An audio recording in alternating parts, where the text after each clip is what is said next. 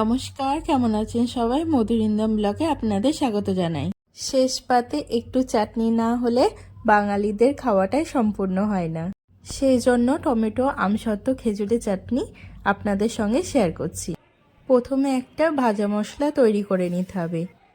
1 teaspoon পাঁচফোড়ন আর 1 teaspoon সাদা সর্ষে আর তারই সাথে একটা শুকনো লঙ্কা দিয়ে একটু কড়াইয়ের মধ্যে নাড়াচাড়া করে ভেজে নিতে হবে। একটু হালকা ভাজা ভাজা হয়ে আসলে নামিয়ে নেব।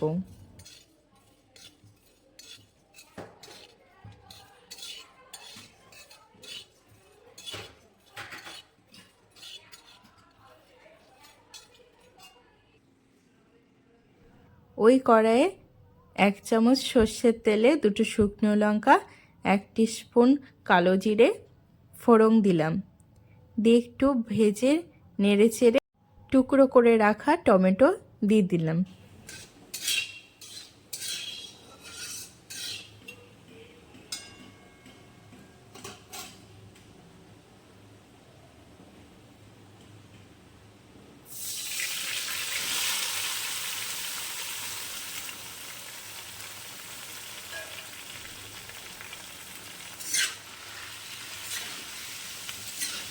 একটু তেলে টমেটোটা একটু ভেজে নেব।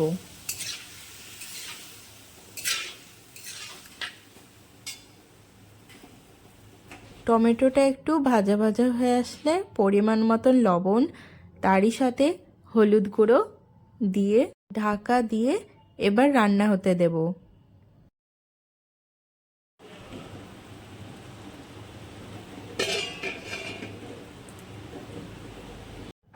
ভাজা মশলাটা একটু গুঁড়ো করে নিয়েছি, আধ ভাঙা করে নিলেই হবে। এবার ঢাকাটা খুলে একটু নেড়ে চেড়ে নেব। আস্তে আস্তে জল বেরাবে। টমেটোটা যত সিদ্ধ হবে আস্তে আস্তে তত জল বেরোবে।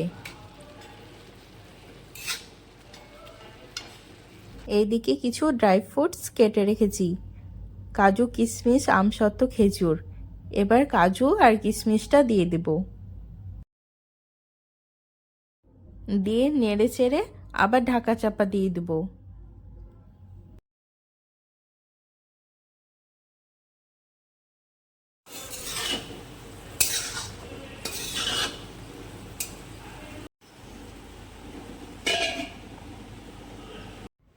এবার ঢাকাটা খুলে নেব।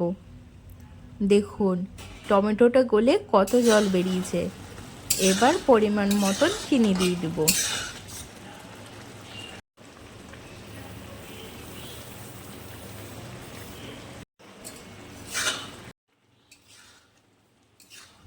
চিনি দিতে কতটা কালার চলে এসছে, দেখুন কত সুন্দর লাগছে।